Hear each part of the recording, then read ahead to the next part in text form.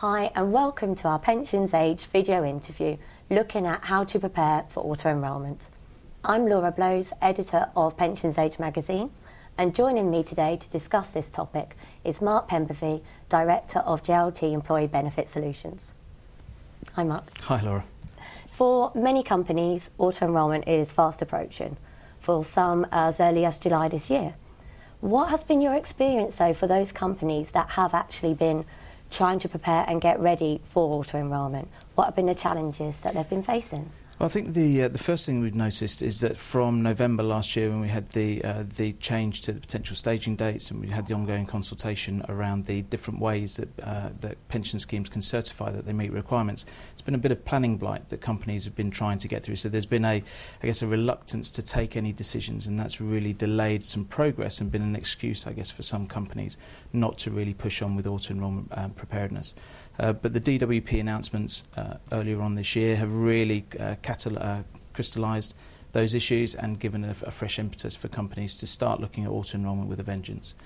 And we're starting to see that evidence through the formation of working groups and the appointment of project managers specifically to look at auto-enrolment and the impact that has on the particular employers. So there's no lack of understanding or hindrance now for companies who are trying to begin preparation? Well, I think one of the recurring themes is that whilst organisations understand that they need to change potentially their contribution structures or their eligibility criteria, there is a significant lack of understanding around some of the complexity that sits within auto-enrolment. And that's one of the areas that we see is probably the biggest single challenge to employers over the next 18 to 24 months. So what should companies be doing to try and prepare then if there's so much complexity and confusion there?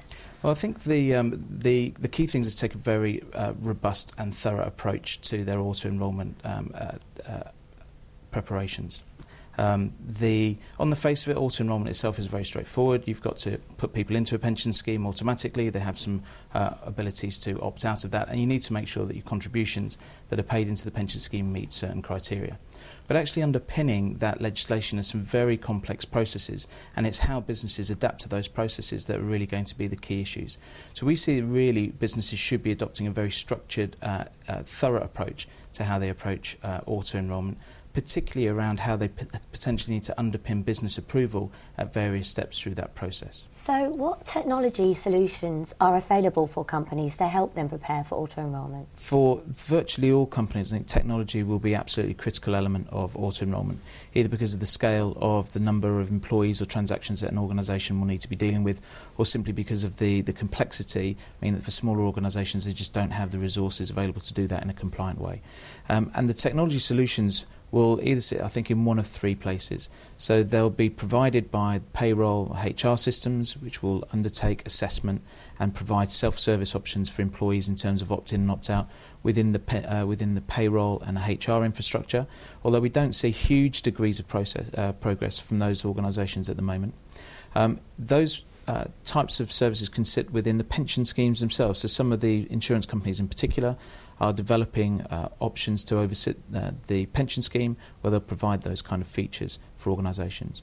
I think for a lot of organisations, though, they'll need to look at a standalone piece of technology and software which will undertake all of those processes by taking the data from HR and payroll systems, analysing it, giving the interfaces with employees, and then providing the pension schemes with the data that they need in order to set up records and create the pensions. And it's those standalone solutions which are really underway with a vengeance from organisations like JLT and other software organisations coming in from, some, for example, coming in from Australia and so on. So I think those technology elements are going to be absolutely critical, things that organisations don't have at the moment, and again, very key reason why there needs to be a structured process in terms of how organisations deal with auto-enrolment. It sounds like quite a long process really, and one that takes a lot of understanding. We can see this taking anything up to 18 months, and we see 5 very simple project streams that organisations can go through to make sure that they've covered all the bases. So that really starts with understanding the cost. So the cost of auto-enrolment is really the big driver for most organisations. I think many businesses look at pensions and reward in very different ways, but I think the finance director ultimately gets the trump card in how businesses prepare. So understanding exactly the financial impact of auto-enrolment on businesses is an absolutely key first step. So undertaking some detailed financial modelling to look at the financial impact over the next 3 to 5 years is a key first stage for organisations. Once they understand the cost, they can then move into analysing how that impacts on their pension and reward strategy. So is it just a pensions issue, and can they tweak the pensions proposition in line with auto-enrolment requirements? Or from a budgetary or from a wider perspective, does it start to have an impact as well on some of the reward issues? So do they need to look at different ways in which they design the wider reward package, look at the impact on some of the other benefits outside of pensions? And we're seeing that for some organisations the financial impact is so significant that it even potentially goes outside of the reward issue and can potentially have an impact on acquisition strategy, growth strategy, and some wider corporate issues as well. So making sure that the wider objectives are understood within the business is absolutely critical second stage. So once an organisation understands the cost and then understands how that's going to impact on their strategy going forward, they can start looking at the practical aspects of auto-enrolment. So looking at have they got the right pension schemes and have they got the right operational infrastructure to deliver auto-enrolment in a compliant way. Qualifying scheme selection is quite a key one. This is such a big re-engineering of pension issues that it is absolutely the right time to be making sure you've got the right pension scheme type, pension scheme provider in place, because you don't really want to go back and start unpicking all your auto-enrolment work in a year or two's time simply because it's not the right pension scheme.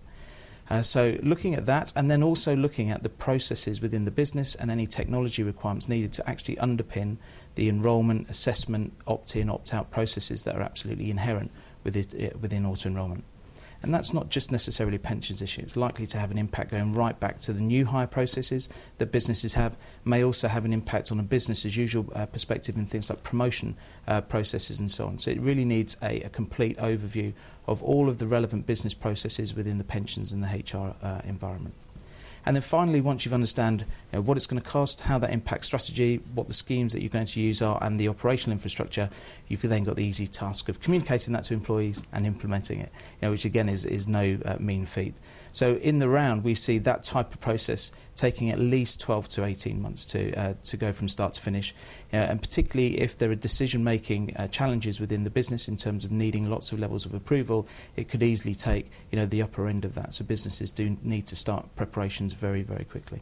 So that's at least a couple of years before their staging date, would you recommend? Yeah, I think when we look at the way that organisations or the staging dates that are coming through, clearly we've got the largest employers staging in less than 6 months, and those are by and large well on top of what they need to be doing. We see a big pickup in the numbers of companies that are going to be affected coming towards the back end of next year. So in reality, those organisations are now coming up to that 18-month window.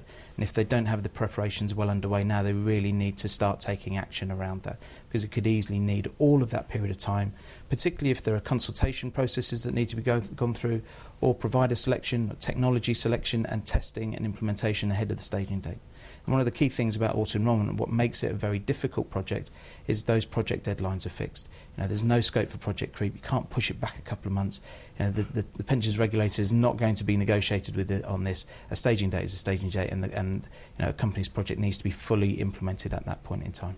So Mark, to summarise, what would you say companies need to do to prepare? What practical advice would you give for them looking to get ready for auto-enrolment? I think it's very straightforward in terms of what organisations need to be going away and doing, creating their decision-making groups, doing some financial modelling, drawing up their pensions and reward strategy, choosing the qualifying scheme, looking at the operational infrastructure and deciding how they're going to meet all of their obligations around the assessment, the communication, opt-in, opt-out, re-enrolment and the payroll elements to that, as well as the communication infrastructure, and start communicating with employees and build that implementation plan for the staging date. My thanks to Mark Pemberley of JLT Employee Benefit Solutions for providing us with some practical advice for how companies can begin to prepare for auto-enrolment. And thank you for watching this today, and I hope you can join us for the next Pensions Age video interview.